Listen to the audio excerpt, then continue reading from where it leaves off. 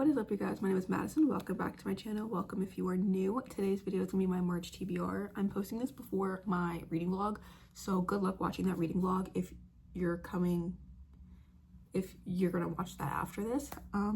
Anyway, I have a stack here on top of an audiobook, and I have 2 Kindle books. So this month might be a little bit difficult. Hopefully, fingers crossed, I can get through it. There's only 3 books really, or I guess 4 if we count my poll that I haven't pulled yet. But there's 3 books that I really need to read. So actually we're gonna start with those because they're my 2 Kindle books and my audiobook. So I'm gonna start with my audiobook. So I'm listening to The New Age of Sexism by Laura Bates. It is a nonfiction about how AI and deepfakes are harmful to women and children, and like the repercussions of AI in modern media. It's really interesting. I'm about a chapter and a half in. It's pretty good. I think I have like maybe 3 hours left, so I could potentially just finish it today and boom, March TBR, 1 down. Yeah, it's really good so far. I highly recommend it. And then my Kindle books. So I'm currently in the middle of the last one by Rachel Housel Hall. I am 164 pages in. I believe I'm at chapter 16. And it is following our main character, Kai, who knows nothing about herself. She wakes up in a forest and she gets led to this village that is literally rotting from the inside out. There is a huge disease and their crops and their animals just keep falling and they don't know what's going on. And then Kai comes and everyone hates her, everyone blames her for everything, even though she remembers nothing about her past. And so while trying to get people to like her and trying to pay off the debt that she owes to the city or the town or the village, she is trying to discover herself as well. And then the second Kindle book that I have is an ARC by C.L. Gordon. It is called Saber of Truth and is a slow burn forced proximity romantasy. That's really all I know about it. I know that there's a lot of banter and I know that there's some pretty memorable side characters, and I'm very excited to read it. I believe the book comes out March 24th. I'll have to double check, but it will be read by then and you will have my thoughts by then, hopefully, fingers crossed. Yeah. Now on to this stack of books I have here. First, I have Hooked by Emily McIntyre. I have a video idea for this one and then my next book, so we'll see how well that goes. This is a dark romance, not Peter Pan retelling. We're following Wendy and James Hook. James Hook is a businessman with a really dark past, and Wendy is the daughter of Peter Pan, essentially. I think he goes by something else. Peter Michaels, he goes by Peter Michaels. And this is a love story between, well, I don't know if it's a love story, but a tension story between James and Wendy, while also trying to not let that come between Wendy and her father. Yeah. Next I have Hunting Adeline by H.G. Carlton. This was my February pull. This is my December pull, and this is my February pull. Can you believe that? I'm so good at reading. This is the second book in the Cat and Mouse duet.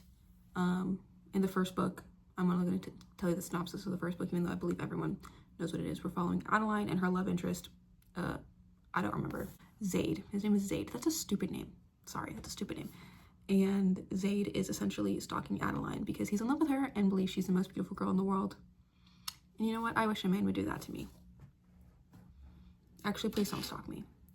So obviously those are crossovers from last month. So are the next 2, but those I have a specific reading vlog for. Next I have The Sitting Glass by Givo. This is an enemies to lovers sci-fi story between angels and demons. So we're following the demon Vitrine, I believe that's how it's pronounced. And when angels come into her city and come into her town, the city falls, it collapses. And so Vitrine is trying to take revenge on all of the on all of the angels that came into her city and ruined her life. But there is a specific angel that she is just, enamored by. And so we're following her trying to get revenge while also trying to figure out her feelings for the angel. Next I have Red Rising by Pierce Brown. This is a space sci-fi where you are essentially split up by color. I don't believe it's by color skin tone. I believe it's like economic status and economic value, but I could be very wrong. But yeah, we're basically following, I believe his name is Darrow or Darren or something like that. It's Darrow. And his like wife got captured, and like everyone he loves is just disappearing, falling, dying, everything like that. And so he's gonna take revenge, and yeah, we're gonna see how powerful the red sector is. Next, I have Tender as the Flesh by Agustina Bazzatercia. This is a adult horror novel as far as I know. We're following our main character Marcos, whose wife passed away, and I believe his family is like getting sick, or they're dying, or they're disappearing, something like that.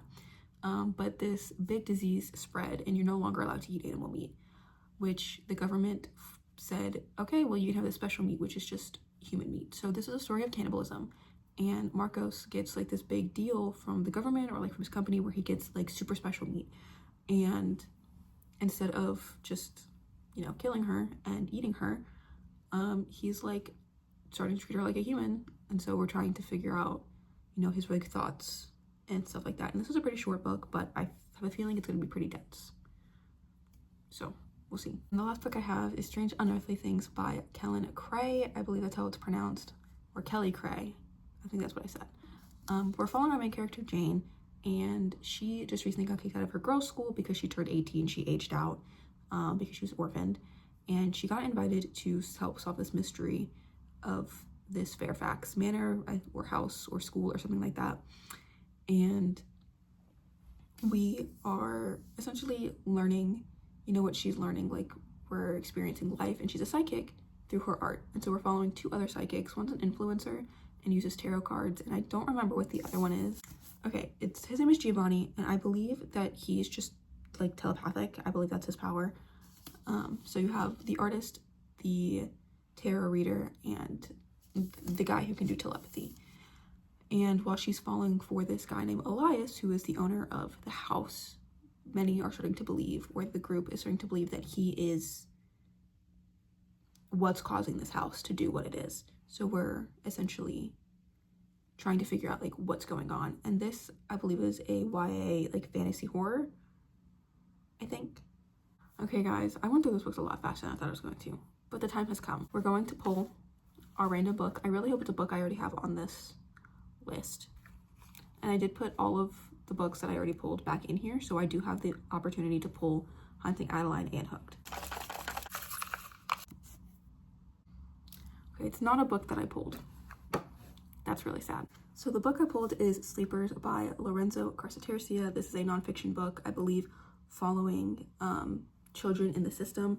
It actually gives you a definition of sleepers right here. I'll read it for you. It says, sleeper, out-of-town hitman who spends the night after a local contract is completed. 2, a juvenile sentenced to serve any period longer than 9 months in a state-managed facility. So that means juvie, that means rehab. And I believe that also means an orphanage, but I'm not entirely sure by that.